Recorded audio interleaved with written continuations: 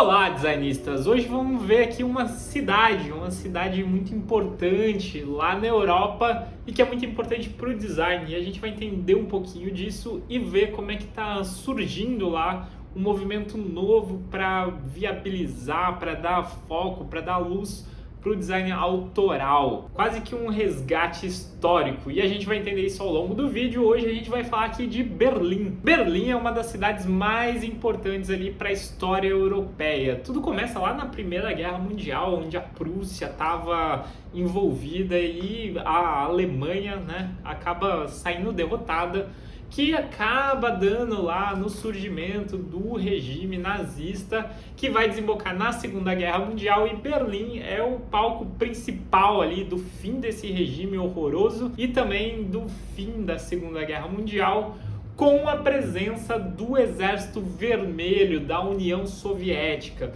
Se não fosse o Exército Vermelho ali massacrar o nazismo, talvez as coisas teriam sido diferentes. Depois desse momento, Berlim vira uma cidade dividida entre a maior disputa do século XX, que é o socialismo da União Soviética, contra o capitalismo dos Estados Unidos. Então Berlim fica dividida aqui em Berlim Oriental e Berlim Ocidental. Berlim Ocidental ali tem investimentos de 3 países, que é os Estados Unidos, a França e o Reino Unido. E Berlim Oriental, por sua vez, tem investimento da União Soviética. E então começa a famosa Guerra Fria, essa disputa ali, principalmente ideológica, mas também com vários conflitos armados entre esses dois países, que vai durar ali de 45 até 1989, quando cai o Muro de Berlim, né? Um fato simbólico aqui do fim dessa Guerra Fria, e depois acaba sendo dissolvida a União das Repúblicas Socialistas Soviéticas. Com a queda do Muro de Berlim, Berlim volta então a ser uma cidade só, completa, e começam ali os programas de integração entre o lado ocidental e o lado oriental. Bom, nessa nova integração começa também a integração da Europa como um todo, da União Europeia,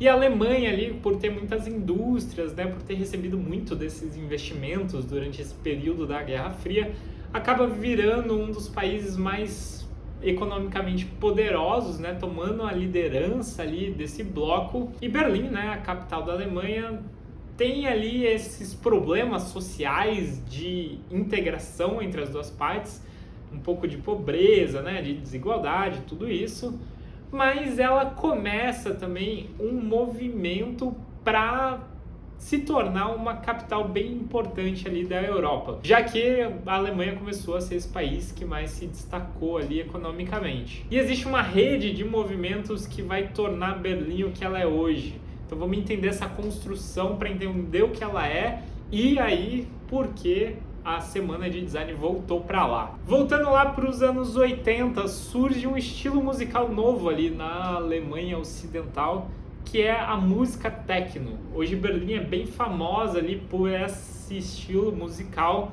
de todas as suas variações, né? Tô fazendo aqui uma generalização só para dar o contexto, mas surge ali Kraftwerk e outros artistas que vão alimentar essa cena ali dessa música techno. Então uma música que está ligada aos avanços tecnológicos, uma música que traz ali aparelhos eletrônicos, remix de outras músicas e vai misturando tudo isso numa sonoridade nova, sem ter necessariamente um instrumento antigo como uma guitarra, ou um violão, ou um violino, ou um piano, algum instrumento assim. Em paralelo a esse movimento técnico, surge também com força a street art lá em Berlim, né? Que são os grafites, essa ocupação da cidade com arte, e isso é fomentado para fazer o contraste com a União Soviética, que na propaganda capitalista é aquele lugar todo igual, todo burocrático, todo sem graça, que nada se pode. A street art vem para trazer cor na cidade, mostrar como o capitalismo é colorido, como o capitalismo é divertido, e isso também vai lançar ali essa cultura na sociedade ali, dessa presença dessa cor, dessa presença do design, da arte no dia a dia das pessoas, e não só naquele momento lá no museu. E o terceiro ponto que eu quero ressaltar aqui é a herança histórica. A Alemanha, através da Bauhaus, é uma das fundadores do design, tanto do design gráfico quanto do design de produto. Não que eles tenham sido o primeiro lugar a ter um designer, mas eles foram o local que organizou essa profissão em função da produção industrial. E aí que surge a profissão de designer, oficialmente com esse nome. A Bauhaus lança ali as bases do funcionalismo e cria visualmente o que seria a sociedade moderna de todo o século XX e até vem ressoando até hoje. E também eles têm outras escolas, como a escola de que evolui esse funcionalismo e pensa nele tanto na função do usuário com o objeto, quanto do objeto com o próprio objeto e todo o sistema produtivo.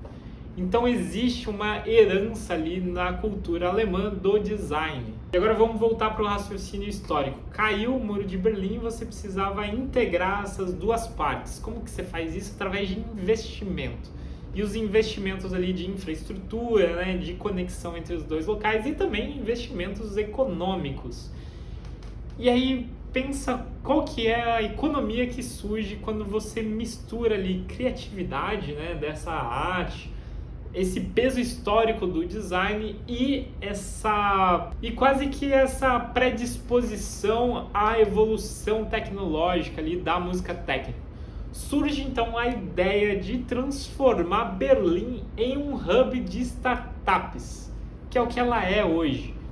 Berlim começa então a receber investimentos e fomentos para desenvolver esse tipo de economia de startups que estão ligadas ao avanço tecnológico, que hoje é, né, a indústria mais poderosa do mundo, é essa indústria de tecnologia. Então sempre que você avança tecnologicamente, você está à frente dos outros países. E Berlim se levanta então para competir com o Vale do Silício lá dos Estados Unidos. Mas a história do local, né, a história da Alemanha ligada a esse design de produto industrial, esse design de produto físico, também ressoa na cultura ali das pessoas. E 6 anos atrás eles organizam então a Semana de Design de Berlim para voltar a fomentar o design de produto físico lá na cidade.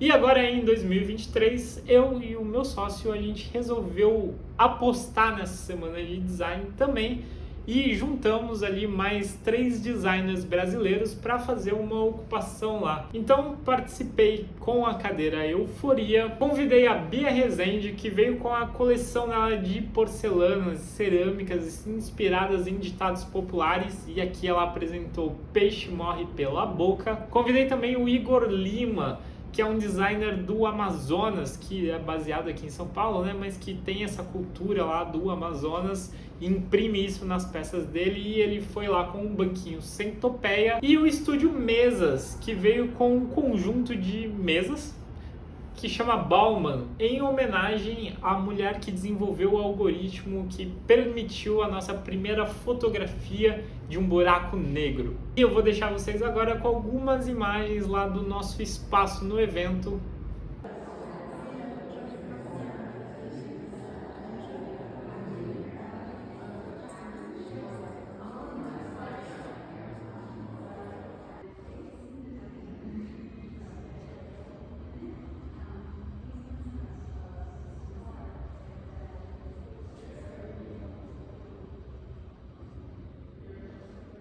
Para acompanhar o meu trabalho, me segue lá no Instagram e no TikTok, os 2 links estão na descrição do vídeo, e a gente se vê por aqui em breve.